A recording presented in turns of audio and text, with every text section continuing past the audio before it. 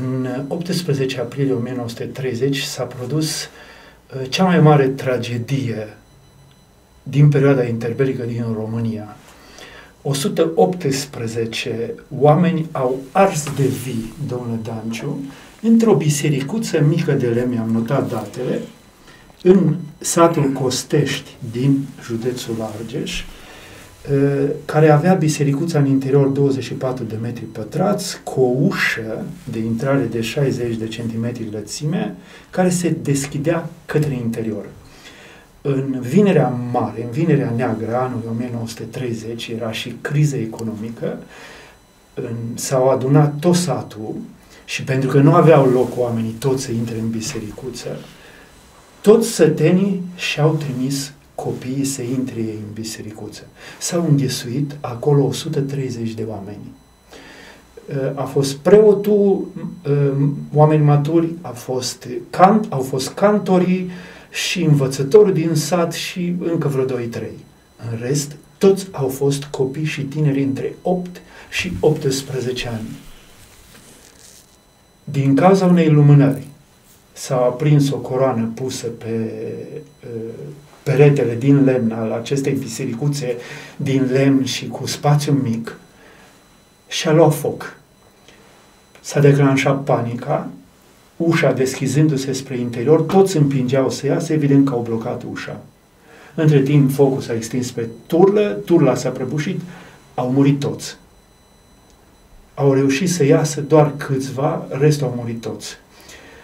Tragedia s-a amplificat în săptămânile și în lunile care au urmat, pentru că mulți părinți s-au sinucis, învinuindu-se că și-au determinat copiii să intre în biserică, în loc să stea cu ei afară. A fost o dramă cumplită. Deci, nu preferă... Un fel de colectiv...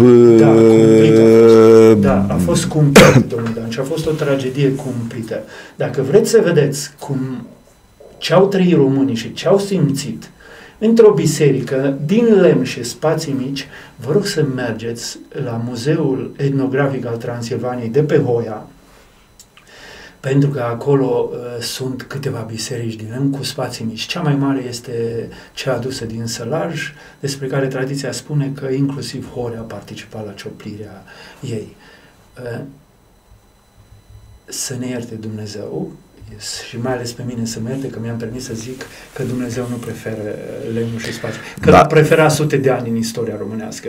Dar acum s-a făcut o construcție monumentală pe care au dorit-o. Pe asta aici vreau să ajung, pentru că citind articolul dumneavoastră, dar nu numai asta, de fapt această inițiativă de a face o catedrală a Mântuirii Neamului, o catedrală națională, nu e o treabă nouă, adică ea cumva a bântuit mințile liderilor României după Marea Unire din 1918. Nu sunt de acord cu verbul folosit de... Nu, mă rog, a bântuit. A luminat. Ok, așa să spunem. A fost o viziune extraordinară. Am greșit, nu e la locul lui verbul. Da, deci a luminat mințile unor bărbați de stat vizionari din istoria României. I-ați pomenit regele Ferdinand și premierul Ionel Brătianu, da? Dar și Iorga, care au gândit și au acționat pentru a transforma Bucureștiul în cea de-a patra Romă. Deci asta devine interesant ce spuneți acum. Că este o că prima Romă este Roma lui Petru. Roma Imperiului Roman, da, Roma lui Petru, da. Așa tu ești Petru și pe tine așa. Clădi biserica mea. A doua Romă este Constantinopolul, da. Nu?